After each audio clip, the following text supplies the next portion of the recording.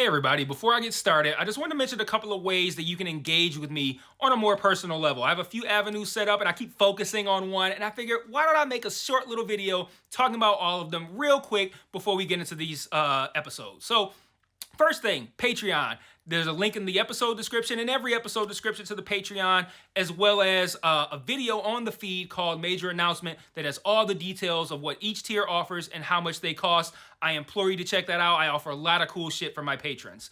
Second thing, the Discord channel. There's also a Discord link in the episode description and in every episode description.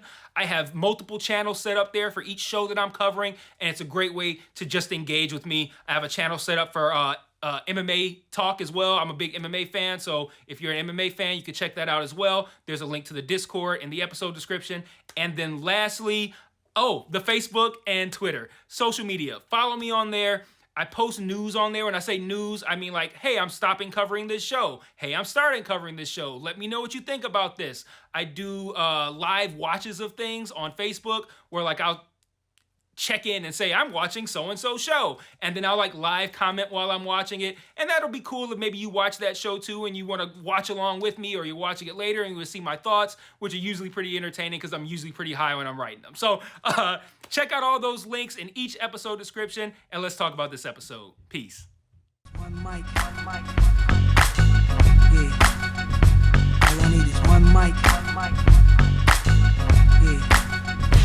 All I need is one mic. One mic. One mic. Hey everybody, welcome back to One Mic, and today I'm here to talk about Season 4, Episode 10, the series finale of the new, in my opinion, modern-day classic, Succession, entitled With Open Eyes. So this title sticks with the tradition of having like a literary reference for the finale. Those of you who are kind of long-time followers of this channel or long-time watchers of these videos know that I like to kind of like dig into these Succession titles when they actually have something that's kind of like hidden in there, or there's kind of like a challenge to it.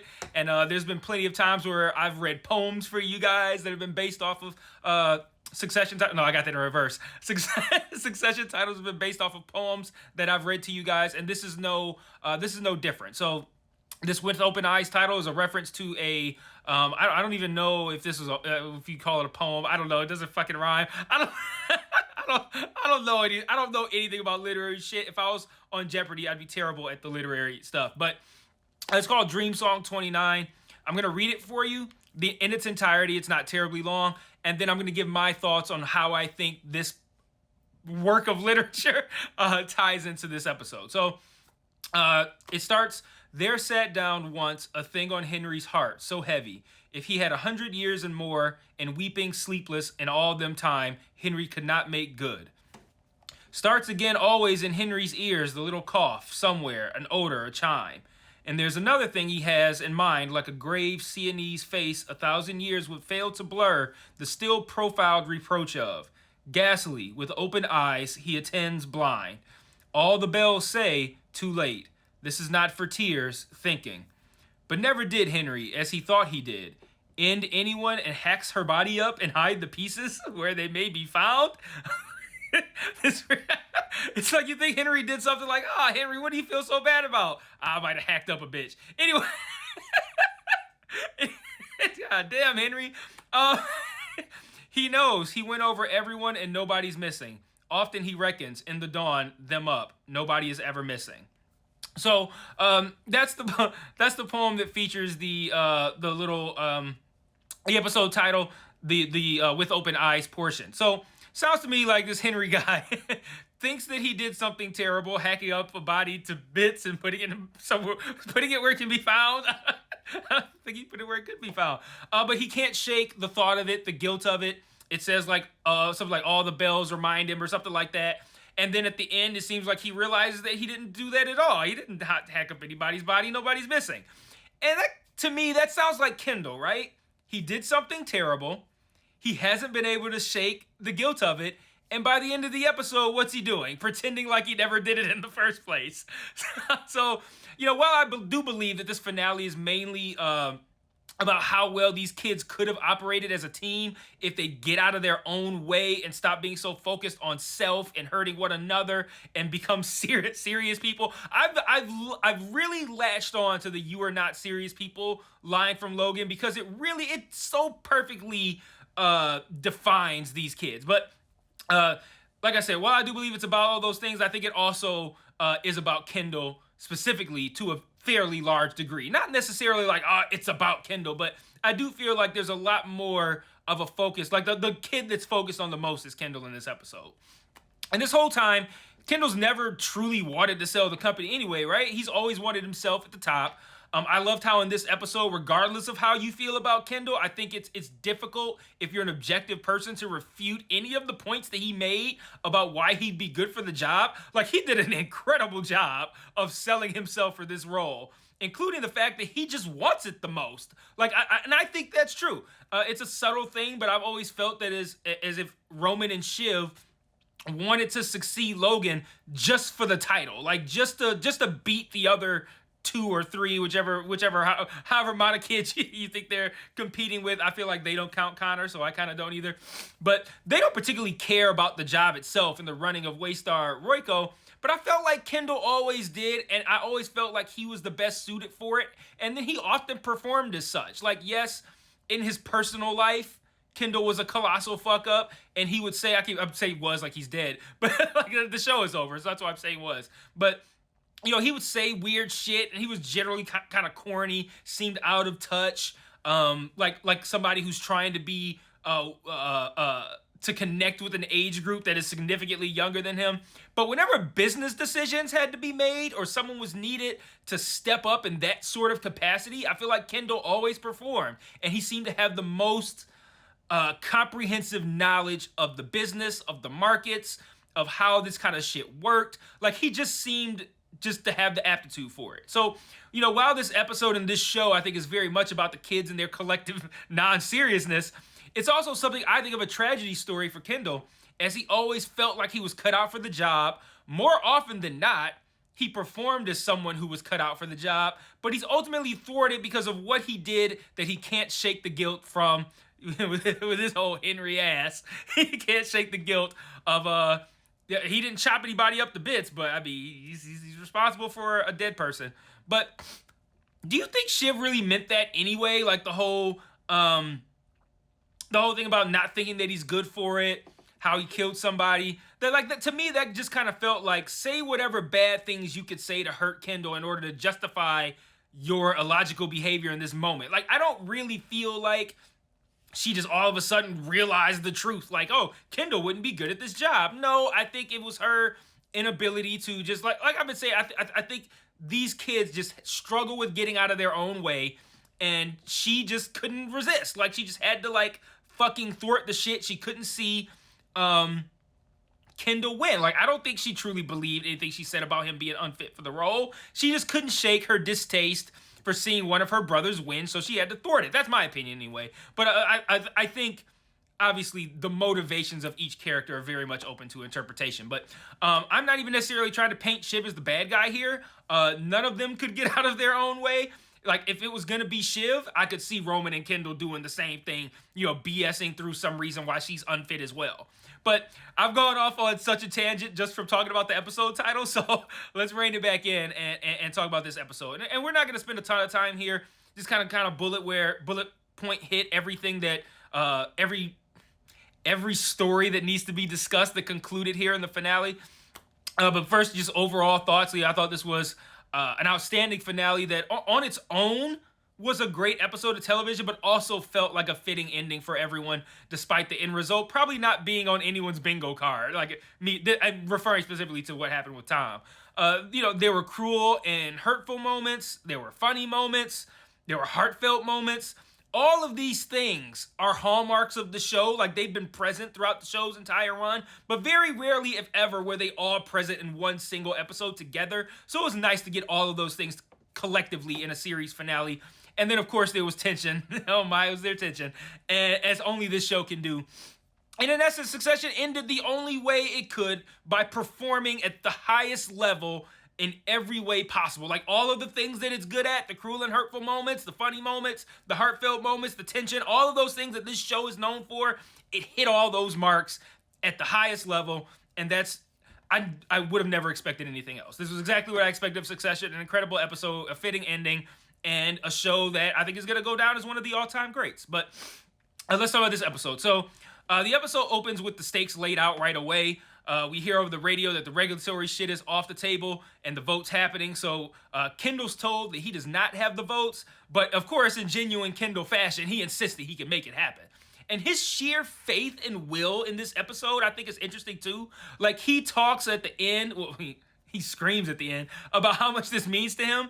And you can see it in these early scenes with like this blind determination. Like, he doesn't even know where Roman is. We don't even know where Roman is, and we have a better idea of where Roman might be than what Kendall would, because we saw Roman run out to those protesters. But he doesn't even know where Roman is, let alone which way he's gonna vote. But he understands that this is his one shot to get everything he's ever wanted, and he just goes, I'm just gonna make it happen. It's like it's very much like some Kobe Bryant type shit, some Jordan type shit. Like, this is just gonna happen now, and you can either sit back and watch it, enjoy, or you can get the fuck out of the way. Like, that's the attitude that Kendall had. I'm not mad at him for it. Meanwhile, Shiv is overly confident, which I think has always been a flaw of Shiv. And I talk about this episode really hitting everything that this show has been good at all within one episode. And I think Shiv's arrogance has blinded her at times. When Shiv sees the light at the end of the tunnel, like the potential for something good, she gets tunnel vision. Like, she can only see that thing, and she can't see the evidence around her that suggests that thing might not be the case. Like, she's allowed, like all Logan has to do is give her the idea that she might become CEO or she might take over for him, and she's totally bought in and doesn't see any clues that Logan might not be actually telling the truth. And we see it here. She's got in her mind that her and Lucas have this plan, and she's so focused on her impending victory over her brothers that she can't even read, to me, the very obvious signs that Lucas has no intention of making her the American CEO. She brought up several times. He never said anything about it, but she's so tunnel visioned that she just doesn't see it. And it's what Shiv does, this overconfidence. So Caroline, her mother, their mother, except Connor, calls Shiv to let her know that Roman is at her place. Apparently, she was supposed to be having some kind of get-together this day anyway.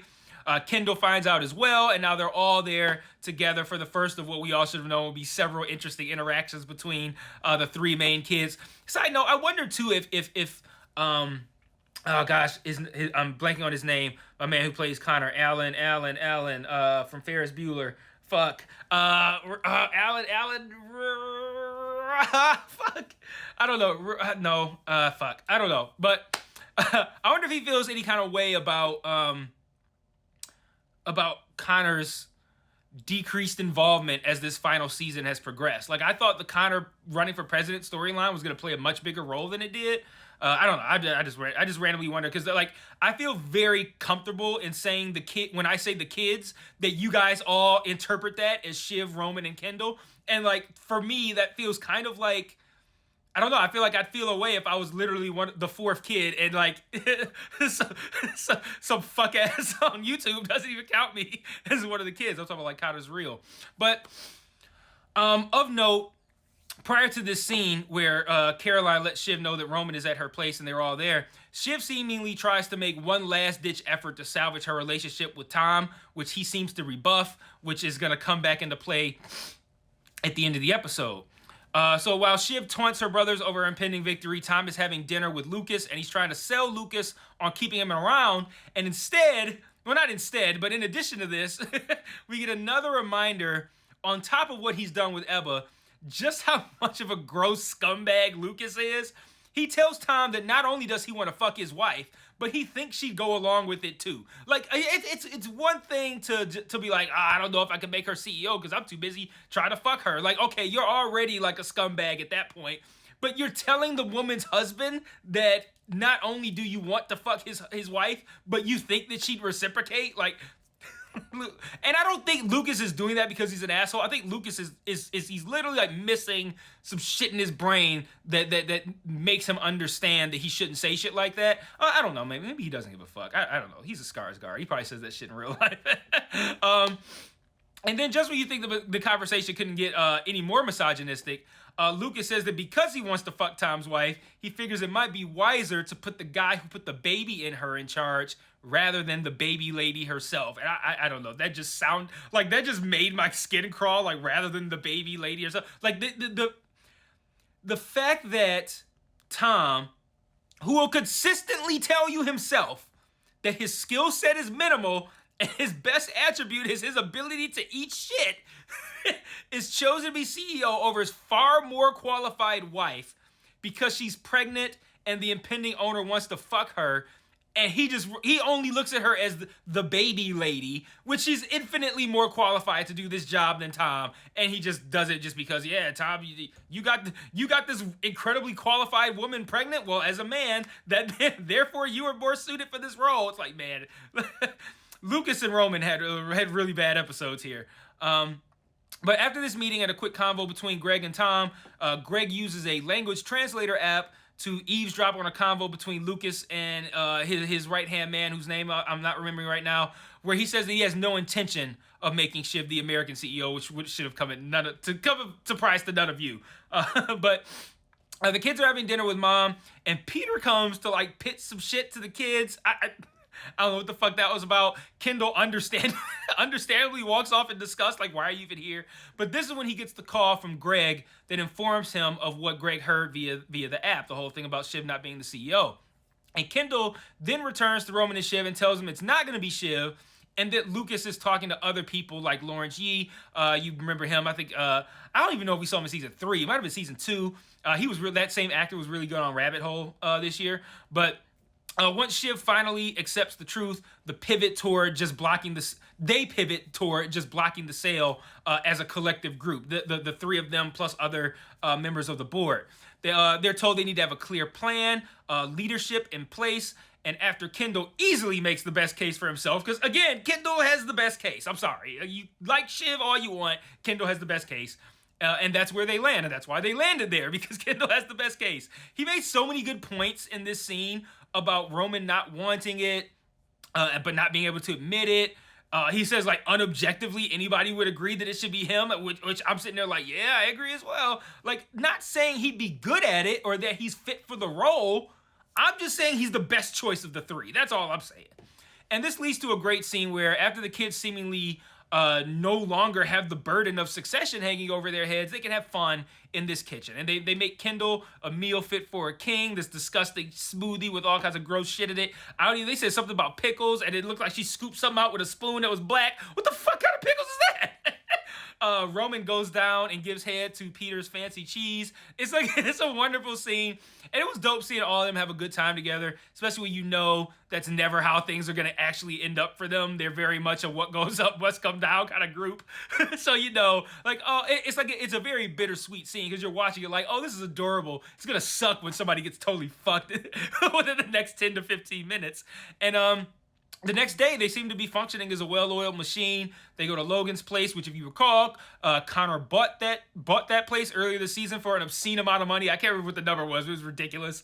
And Connor is essentially auctioning off some of Logan's old stuff via sticker system, which comes back around later in a very cute scene where Tom places the sticker on Greg's head. I thought that was a very nice moment that I failed to put in my notes, but I remembered when I got to this part, and I didn't want to end this, as this will be my last Succession video. I didn't want to end this without failing to mention something that I did want to shout out. And I thought the Tom putting the sticker on Greg's forehead was a nice callback to this scene, and I think a nice kind of culmination to the relationship that we've seen Greg and Tom have throughout the course of the show. There's another great scene here where the kids watch this home video of a dinner Logan had with everyone but them. We see him do some things where, like, he has like a rhyme / poem about loser presidents. Jerry has some sort of limerick that she says. Connor does a version of I'm a Little Teapot where, like, if it was Logan. And Carl does a nice song, and it's a beautiful scene. Everyone's crying.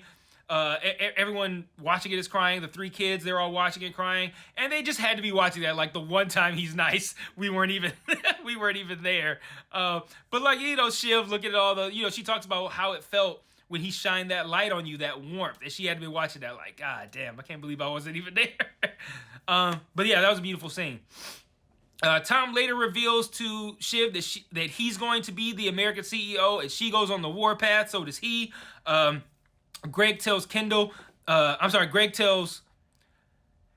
tells Greg that Greg telling Kendall, there we go, made them lose their leverage, and now the kids have a chance to fight back since they know what's coming. And then Greg and Tom had this fight in this room, which you hate to see it, but it was a typical Greg and Tom fight. Like you would think, like anyone else, you'd be seeing punches thrown, but of course they slap at each other and shit. But time for the vote now. Tension's at an all-time high. Roman's completely freaking out. And again, I'm going to reiterate this. I'm telling you guys, he's going to win an Emmy. Like, mark my words, he's been absolutely fucking incredible. Kieran Culkin is going to win Best Actor Emmy. Next Emmys. The scene at the funeral, several other moments with Roman. Roman's been incredible. The Roman character's been incredible this season. The scene that we're going to talk about in a moment, just great stuff. So the vote's tied at 6, with Shiv being the deciding vote, which should stop the deal, but she bails, and Kendall and Roman follow her out of the room. I talked about what happened here at the top of the video, but we got to talk about what Roman said, that Logan said about Kendall's kids, and I'm just going to read the quote directly. They mention Shiv being the bloodline, and Kendall says, like, what the fuck, we're all the bloodline. And referring to the bloodline, Roman says, if you're going to play that card, Dad's view was that yours weren't real. Not real. They're a pair of randos. One is a buy-in, the other is half Rava and half some filing cabinet guy, right? Like, what the fuck? Like, okay, so I knew Kendall had an adopted kid, but I believe the idea that one of his kids was because Rava cheated on him with someone else. I feel like that was a reveal in this moment. I didn't know that, and it has to be true considering how it looked like Kendall was about to pop his head like the mountain popped Oberyn. Like, that was intense, man. That was a really, really wild scene. Like, we're watching it real time as the kids who just shared a wonderful moment the night before are reaching brand new lows with insults to children and physical violence, and it's insane. But Shiv eventually casts her vote to go through with the sale, and that's that. Waystar Royko is sold to Gojo, and Tom becomes the American CEO. Roman seems content to chill in a bar, which he should be. I mean, that's where Roman needs to be at. He doesn't need to deal with all of the stress and pressure. He doesn't need to deal with trying to live up to his father's not even his father's expectations, but just being someone that his father approves of. Like, get away from all that shit and just be the piece of shit guy that you are. I think Roman ending the episode in a bar is appropriate for him. Kendall looks like he'd have killed himself if Colin wasn't following him. Like, I really believe that. Like literally Kendall is on suicide watch. Like, that's how that read to me. Like, Colin is following him everywhere he goes to make sure that he doesn't kill himself. And then Shiv seems like she's willing to keep chasing power by realigning herself with Tom. Like I said, it coming back around the moment earlier where she mentioned about them possibly reconciling, and Tom says no. And then in this scene, Tom tells her, he's like, I got a car coming in 20 minutes. You can roll if you want. She hops in. Tom's the one that extends his hand first. So it's kind of like an acceptance of, like, your earlier proposal to try to work it out. I've got what I... To me, there's kind of a big move from Tom because he's got what she wants. Like, he won. Like, Tom doesn't need to... Like, Tom doesn't need her at all anymore. Whereas he did before. He did need her before. So now he doesn't. But he still, out of, I believe, love for her, he still wants to give it a chance. And I think that's what we're meant to take from that. I think all of these endings were appropriate, a fitting ending for a new modern day classic that I think will now take its place among the greatest shows of all time. So that's all I have for Succession. I will see you guys next time. And until then, peace.